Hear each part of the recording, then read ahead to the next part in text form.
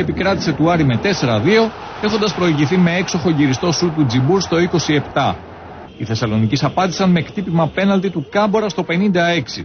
Στη φάση αυτή ο Σάχα πήρε κόκκινη κάρτα για την ανατροπή του Αργεντινού, ενώ το δρόμο προς τα αποδυτήρια πήραν στο πρώτο ημίχρονο τόσο ο Γιάχιτς όσο και ο Κάλβο. Λίγο αργότερα οι φιλοξενούμενοι θα πετύχουν και ένα δεύτερο γκολ, με τον Τζόνσον να εκμεταλλεύεται τη σέντρα του Νέτο και να νικάει με κεφαλιά τον Αραμπατζή. Η Ένωση απάντησε με τον Λεωνάρντο στο 75 και έπειτα από παλιά του Καφέ. Οι γηπεδούχοι έφτασαν στην απόλυτη ανατροπή με πέναλτι του Σκόκο στο 77. Την άσπρη βούλα έδειξε ο Κουκουλάκης στο μαρκάρισμα του Αργεντινού από τον Ασούτη.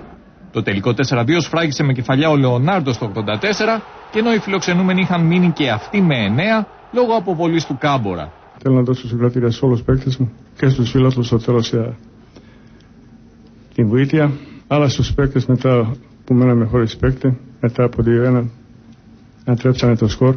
Pero hoy se nos escapó una posibilidad que parecía que era factible, que era previsible, que era posible.